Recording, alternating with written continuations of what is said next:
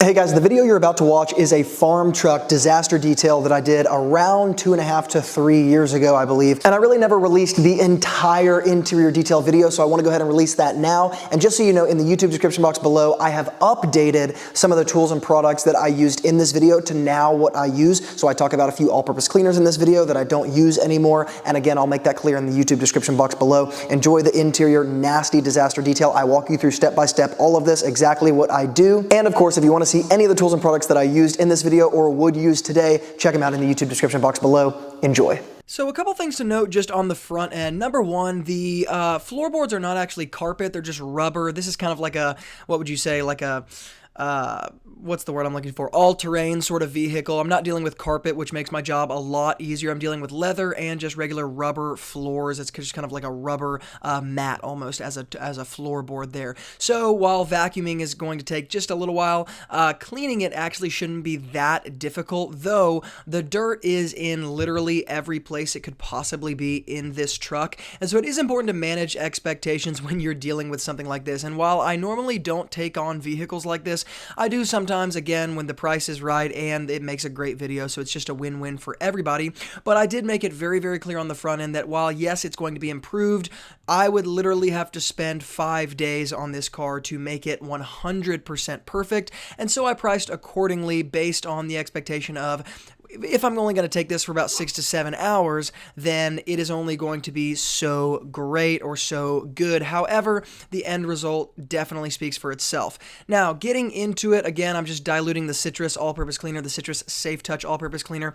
I spilled a ton of it on my detailing cart there. Anyway, I'm using this product in just a regular spray bottle here, and I'm starting with the doors. Before I move to any interior in there on the driver's side, I am starting with the door. Now, I'm calling this giving it a bath, alrighty? So I know guys get all weirded out and they're like, I don't want to use too much product, I don't want to like destroy the buttons. Number one, the door handle on this door panel is missing, and number two, half of the buttons in the car actually don't even work anymore. That was made clear on the front end as well, and so I'm actually not quite as worried about it as I normally would be. This is what I call hitting the restart button on a car, because you can also see I'm using the magic eraser, and I'm not really being very cautious with it. The reason why a lot of people get scared with the magic eraser is because sometimes it can act as a sort of sandpaper, maybe 8,000 to 9,000 grit sandpaper. However, in this case, I'm not going to be damaging anything. The door panels are plenty resilient enough to take what I'm doing, but I am going to be using the magic eraser, the citrus all-purpose cleaner, and the steamer basically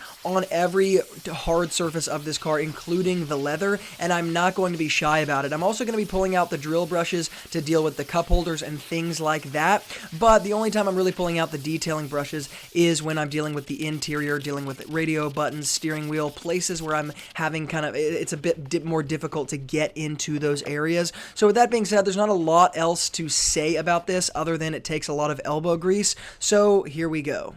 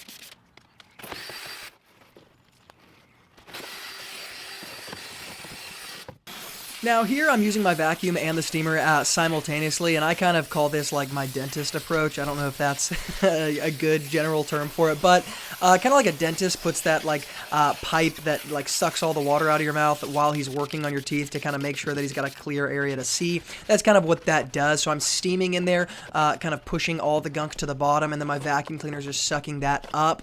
Before you do that, you might want to take out the paper filter inside of the vacuum cleaner if you're using shop vac or a rigid or anything like like that. However, and empty it, of course, but it is a wet dry vac and can be done pretty simply. I'm also going to take the Magic Eraser inside of these cup holders as well as my non-abrasive scrub pad, because the Magic Eraser is going to get rid of a lot of the scuffs that are in this cup holder, and there are a ton of scuffs, but it is not going to take care of them 100% for obvious reasons. Now, that being said, you guys can see I'm using plenty of chemical as I'm kind of going around these areas, whether it be the vents or the buttons. While I'm not going to damage anything, and of course I'm letting some common sense lead, in a situation like this, you really don't have another option but to use a ton of chemicals. And so while people sometimes get aggravated at that, that is just kind of the nature of the beast here, and there's not a lot else that can be done.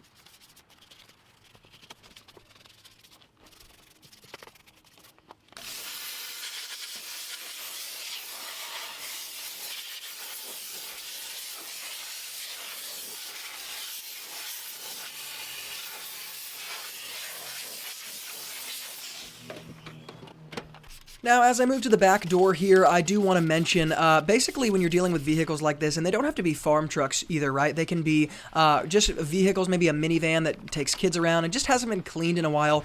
What you find with the door panels, and generally on a lot of parts of the car, but the door panels really represent this very well, you basically find like this film that's just stuck, and especially with a farm truck, it's just stuck on the exterior of the door panel, and as you clean it, you literally can see the transformation, not only just on the magic eraser from the dirt you're picking up, but the door panel that you thought was actually like a dark tan or a dark gray color is actually like an off-white color, and you just couldn't tell because it was so dirty. And so door panels are one of those areas where you can see that before and after really clearly, and it kind of gives you a clue into the rest of the car, the rest of these what I call the hard rubber, plastic, and leather and vinyl surfaces. So whether it be the console or the dashboard or the steering wheel, all these areas generally have just this horrible film with details that are this dirty, that the reason why I use the magic eraser so much is because it peels it off so quickly. I mean, truly, the magic eraser in no time will take that whole film off, and you guys are going to see in the after little shots that I got here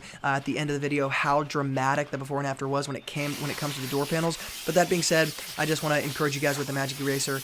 In cases like this, you don't need a ton of caution, in my opinion, and I've been doing this for 10 years, so take that for what it's worth. The other thing I'll say is that little speaker grill that sits on the door panels there, normally on the bottom right, kind of bottom interior section close to the door panel, that gets gunked up a lot of times.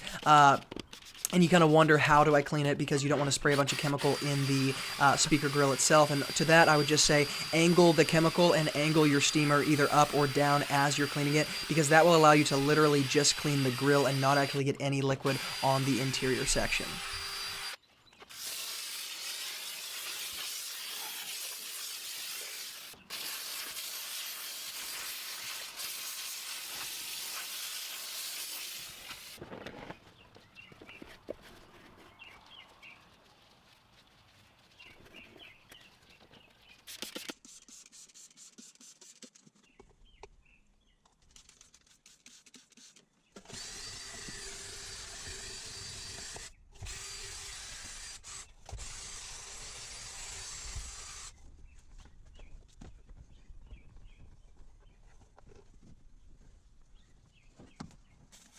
So this is one of those areas that I think kind of separates detailing from just general car cleaning. I'm taking my steamer kind of in the cracks and crevice of this, what you could kind of call like the cup holder console area. Like there's this cavity that the plastic almost sits in right there. And I'm taking my steamer kind of on the outlining of that cavity because there's so much dirt and dust and stuff that collects there that I think this is one of those things where if you haven't been detailing very long, you probably wouldn't think about that kind of detail or that kind of thing. However, I do. And if you were wondering what I just threw in that bucket, I took the lining of the cup holder out, and because it had so much gunk stuck to it, I'm actually just going to let it sit in water for the next like hour, and then all that stuff's going to come off a lot easier, so I'm just saving time there. That being said, I do want to just emphasize the steamer really does allow me to get into these places that I don't otherwise know how I would clean. You know, you can't take a detail brush to that cavity that I was just talking about, that lining right there, that essentially it kind of acts like a seam inside of a leather seat axe. It collects all that dirt, dust, crumbs, all that sort of stuff that you're just not going to really see unless you pull the seams back. But this is, again, one of those areas where it's just like, if you don't know it's there, you don't know it's there. But again, after detailing for a very long time, I can tell you this is a really important area, especially if it's all about the details.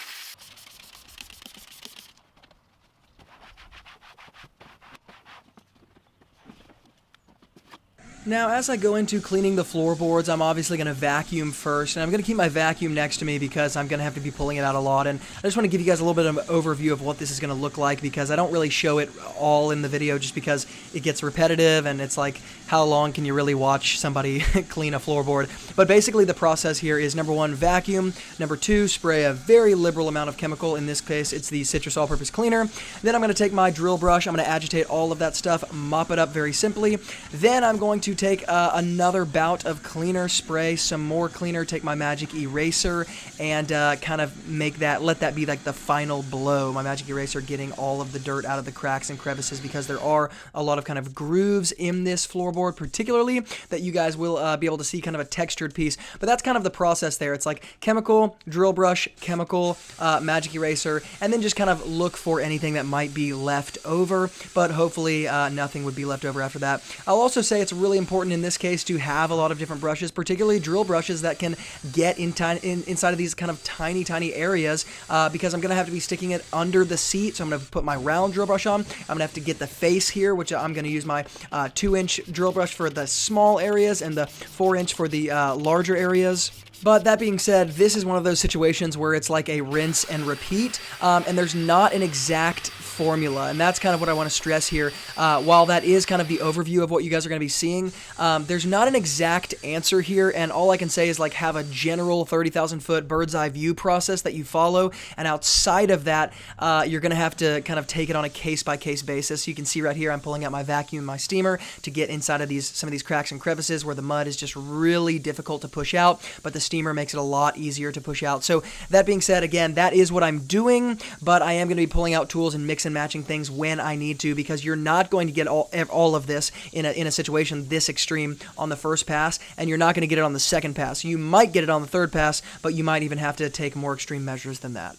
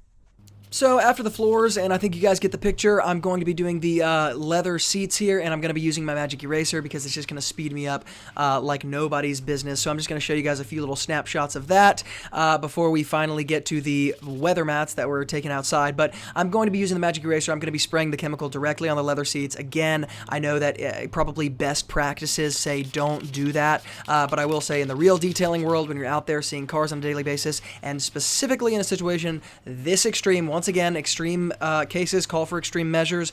You don't necessarily follow everything step by step. I'll also say that car leather kind of really is different in different cars. I know that sounds probably pretty obvious, but what I mean is one of the big reasons people say don't spray the chemical directly onto a leather seat is because, particularly with dark colored leather seats, you're going to see some strong alkaline cleaners sort of drip down the leather, and when you dry it off, you'll see these kind of drip streaking marks where that cleaner, quote unquote, kind of cleaned more in that concentrated area where that drop was formed. And as it drips down the seat, it kind of leaves this, kind of looks like a faded streak. That's not going to happen, number one, with these light colored leather seats, but also these leather seats are really not leather. They've got like a really protective plastic kind of clear coat on top of them, which most all leather seats do. But this is also a truck that's literally designed for the farm. So the seats here, I could let that citrus cleaner sit there and it still would not start like eating into the leather, even if I let it sit for like a minute or two. So I'm really not worried about that in this situation. These leather seats are a bit more rugged and resilient than maybe your average Mercedes, or, you know, if you're detailing like an M6 or something like that. That being said, I'm moving on to the second floorboard here, making sure that I use tons and tons and tons of chemicals, because again, you're not going to get it on the first pass. So I'm here just loosening everything up. And here we go again.